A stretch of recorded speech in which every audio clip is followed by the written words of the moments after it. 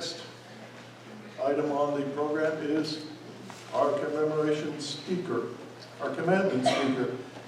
This year, it is Scott Smelser. Scott and his wife, Martina, began homeschooling in 1991 while they were serving overseas in Prague, which was then still Czechoslovakia. They continued to homeschool until their sixth child graduated from PHAA 2 years ago in 2023. So I would think it would be safe to say that the Smelsers have got a connection to PHAA. And there's more. Tonight their granddaughter, Lila Starr, graduates from PHAA. 2 generations.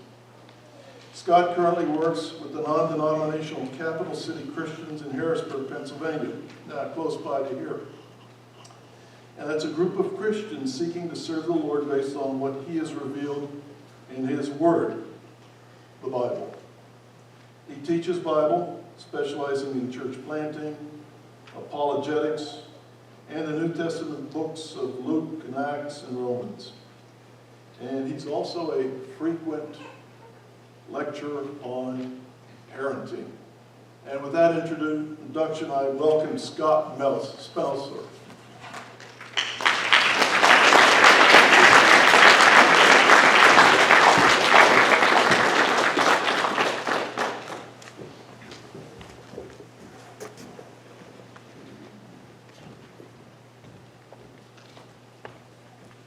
Greetings, class of 2025.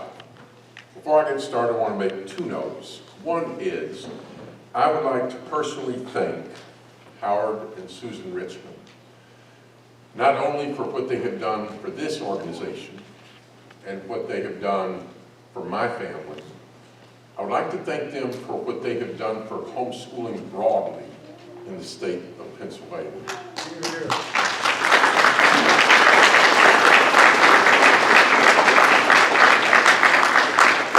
There are some works of love and good that just give and give and give.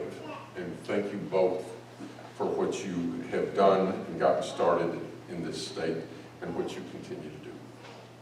Secondly, I have been both on this end of a commencement speech and that end of a commencement speech. And so I know there is a significant percentage of you who are wondering, how long is he going to talk? You know who you are. And here's the answer, 15 minutes, and then I will be done. Now to the class of 2025, congratulations. After 12 years, you have put in the work. People that love you have put in the work. And after 12 years, you are about to get your diploma, be graduated, and get to throw your caps into the air. This is big. This is a major event in your life. But what comes next is bigger. You are at such an important point of your life with so many opportunities.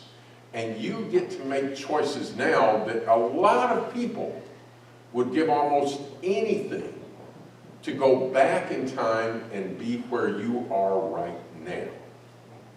The choices you make, for good or evil, foolish or wise, are going to affect your life and the lives of other people around you dramatically.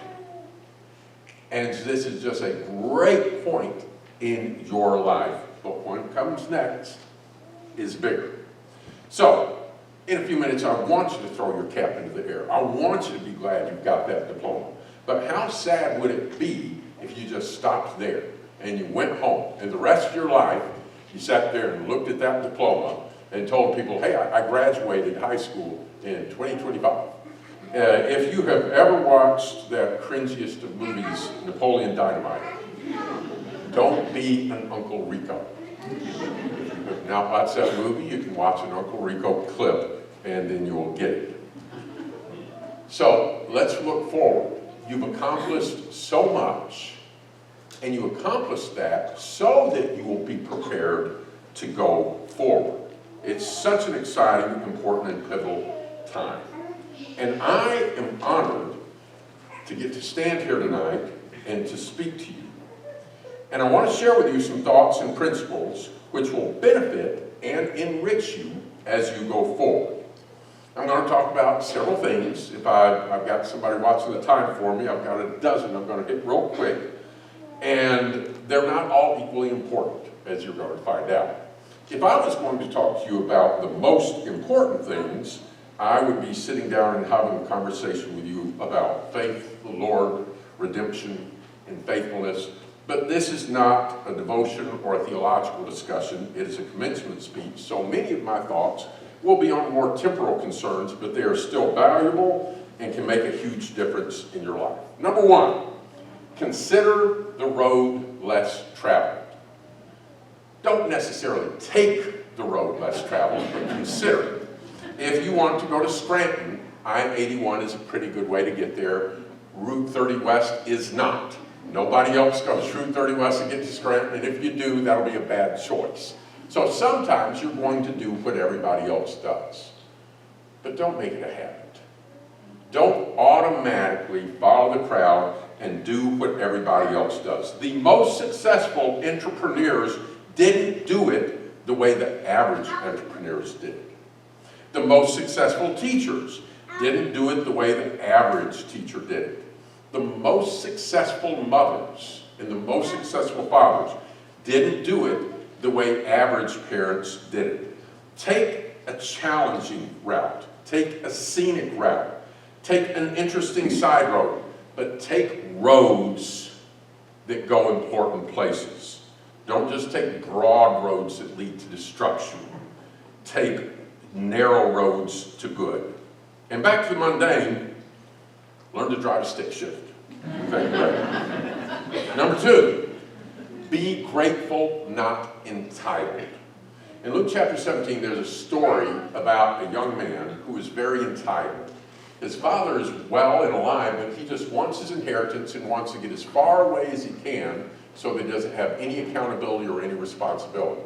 And with all this money, he wastes it terribly, ends up in a really bad spot, so bad that he's wishing he had it as good as the pigs that he was feeding. Which, if you understand the context of a Jewish boy in the story, this is not a good place to be. He comes to his senses, and by the end of the story, he's not demanding entitlement, he's asking for responsibility. Life will include a lot of privileges. Fulfill responsibilities. Don't be demanding that everybody else cater to you and serve you and everything is about you and you want all the privileges. Be responsible, be serving. Privileges will come. Number three, look around at nature and up to the heavens. Don't spend your life looking at a screen. And if you think that you have looked around and you can't find anything more in this world and in this universe more important than your own bag of bones, you haven't looked very hard, and you need to keep looking.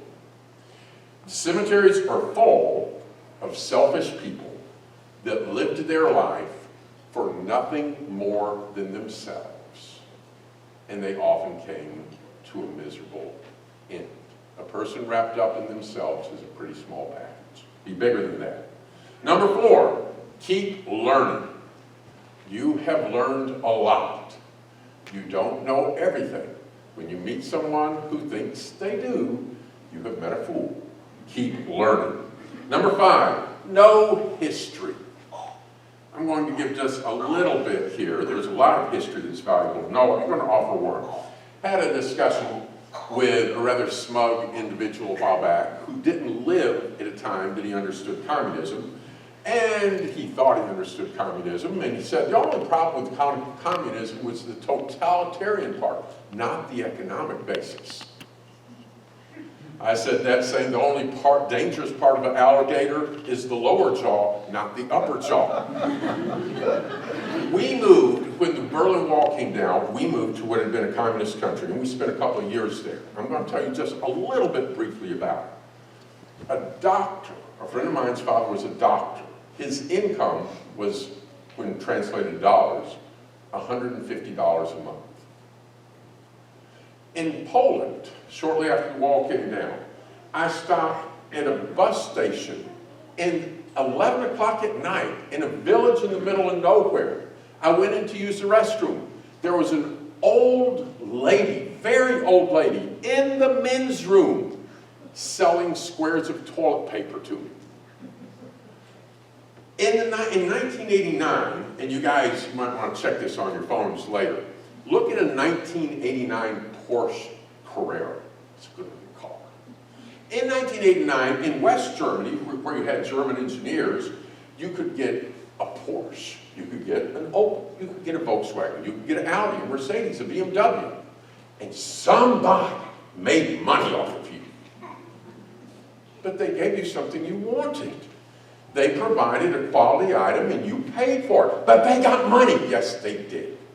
In East Germany, which had been communist for 40 years, German engineers, you know what they came up with? The Trabant. You can Google it later. Yeah. It had a 2-cycle engine like a weed eater. You mix the gas and oil together. This is how the windshield washer worked. This is how the fuel gauge worked. You got out of the car, you went around, you opened the hood, you opened the little gas tank, you got a dipstick, you stuck it in, and that's how you found out how much gas you had. And guess how long you had to wait to get a Trabant? 7 years. Okay. Learn history. There's a lot of people misrepresenting history. Learn history. Number 6, live real life. Your life should not revolve around social media and the internet and pornography and pretense. Live real life. Play real sports. Do real things. Be really heroic. Fall in love with a real person. Have real friends. Your worth is not determined by the number of likes you get on social media. And the world does not need a whole lot more social influencers. Live real life. Do something good. Number 7, be a 2 marshmallow person. There was a test done years ago with some research, I believe it was at Yale University. And there was, they took, you can find this on the internet as well, they took little children and they put a plate in front of them with a camera going, and they've got a marshmallow there. They said, that's your marshmallow, you can have it whenever you want. But I'm about to leave the room. Thank you for that water. I'm about to leave the room. And when I come back, if that marshmallow is still there, you are going to get 2 marshmallows. And they would leave the room. Some of the kids went, that's all we got. Some of those little 4-year-olds just sat there and waited. And they got 2 marshmallows. If you're a 1 marshmallow person, what's going to happen when you get a credit card? What's going to happen when you go to a party and are offered some things you don't need to be involved in? Be a 2 marshmallow person. Number 8, honor your marriage vows. If you marry, honor your marriage vows and choose someone that will honor their marriage vows. Until a decade or so ago, or a little bit more, there was an interesting thing in Cuba. You couldn't import cars because of the embargo. And so they couldn't get new cars. And you know what they had in Cuba? They had cars from the 50s that were still beautiful and being taken care of and maintained. Why? Because they understood that's my car. You can't just go out and get another one. Now, there are some older people in here that once upon a time had a car from the 50s. Where is it? It went to a junkyard because when it broke down a few many times and they had a little trouble with it, we traded it in for something newer and shinier. Don't do that with your spouse. Take care of your marriage. Keep your marriage vows. Don't treat each other like used cars. Those cars in Cuba, were they in nice condition after 40, 50 years because they never broke down or overheated? Well, yes, they broke down and they overheated, but somebody fixed it. Do that. Number 9, exercise. It's not the most important thing, but do it. Your body was meant to be able to move, and we live in a culture where a lot of people just work in a cubicle and only their fingers work. Don't just move around when you're young and destine yourself for the Walmart scooter later. Exercise. Take care of yourself. Number 10, don't buy the lies. So many lies. We could go a long time on this.